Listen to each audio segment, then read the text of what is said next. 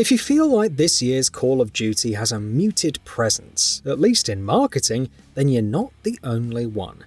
Call of Duty Modern Warfare 3, the follow-up to last year's sequel, is out on November the 10th for Xbox Series X and S, Xbox One, PS4, PS5 and PC. It's got some problems, and also some serious issues. Let's look at some points before you invest your hard-earned money and time into this product. The campaign. Call of Duty Modern Warfare 2019 had a disappointing campaign with bland interpretation of its themes and storytelling. Modern Warfare 2 2022 followed it up timidly. There was the same old threat against global peace, with some plot points, like General Shepard's betrayal, not nearly as impactful. The end would have you believe that we're truly done with all of this, but alas, the post-credits sting of no Russian, signalling that Vladimir Makarov is the next threat, appears.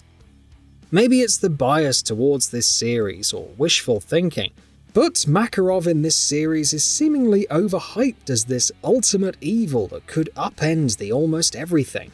It's funny because he hasn't even done anything in the series, at least anything of substance. Some of the new mission types, like open combat missions, look fun and interesting, but at this point there's very little hope of a coherent storyline that doesn't end with an overdramatic yet underwhelming standoff or tons of explosions. Washed out visuals in multiplayer. The campaign gameplay showcased thus far has looked okay, whether it's the lighting and shadows or the weather and explosion effects. However, after the recent multiplayer beta, something seems off about the visuals. They look washed out and lack saturation, so the world feels dull and grey, even compared to other modern shooters. This is hopefully just an issue with the beta and not the game, because things look utterly lifeless. Spawning in multiplayer still sucks. Remember when the enemy spawns in Modern Warfare 2019 were bad? And then again in Modern Warfare 2022? Advanced Warfare was pretty bad too, and again, the story continues in this year's game. Coincidence? Probably not. Either way, it was common during the beta to turn the corner and suddenly see 3 opponents spawn before your eyes. There are times you could appear right behind enemy lines and start shooting them in the back. Good for your KD and stress levels, but not so much when it's happening to you. It's one thing to ruin modes like domination, but it's 2023 and the spawning logic is still this poor. Matchmaking. Skill-based matchmaking is a sore subject in any competitive multiplayer title for multiple reasons. On the surface, it's meant to protect newer and not as good players from being devoured by those who are far better. It can also result in longer queue times for highly skilled players, and every game feeling super competitive. However, in Call of Duty titles, the matchmaking feels more lopsided than anything else. You could go one game stomping everyone, and then the next 5 games are extremely one-sided. Maybe it's the game trying to ensure a 50-50 win record for everyone. Maybe the matchmaking doesn't know how to balance teams at all. Perhaps this is just what Call of Duty is now, a crapshoot where you have no clue if you'll do well or serve as fodder. Either way, it's a terrible feeling. Terrible netcode. The time to kill in Call of Duty Modern Warfare 3 2023's multiplayer has increased over its predecessor, which should lead to longer gunfights and less twitched-based encounters. However, it feels irrelevant because of the annoyingly inconsistent netcode.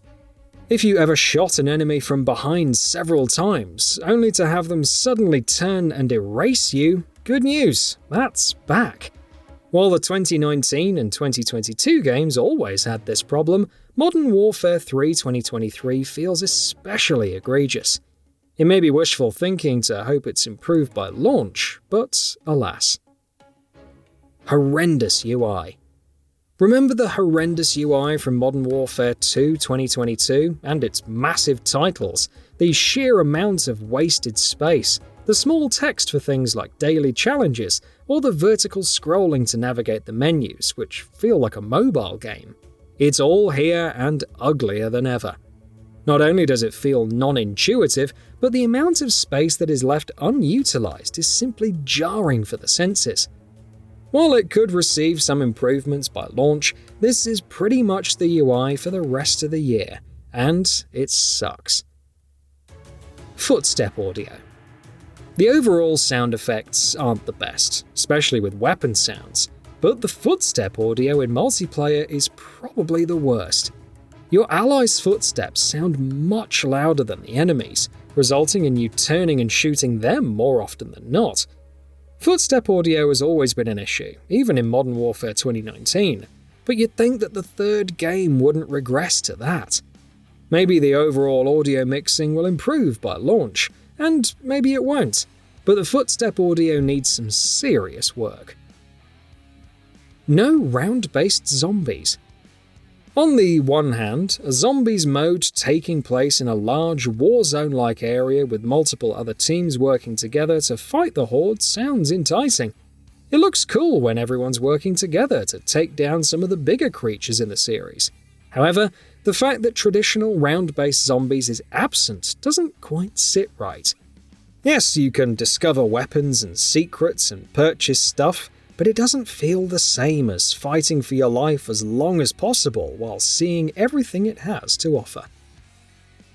Rumoured to be premium DLC.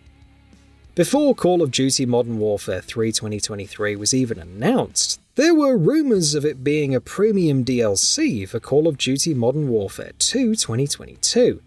The franchise would skip a year, but the powers that be decided it should be a fully fledged release. However, it doesn't feel like it's expanded into a proper game. Modern Warfare 3 2023 feels like a stopgap, a road bump, a pit stop.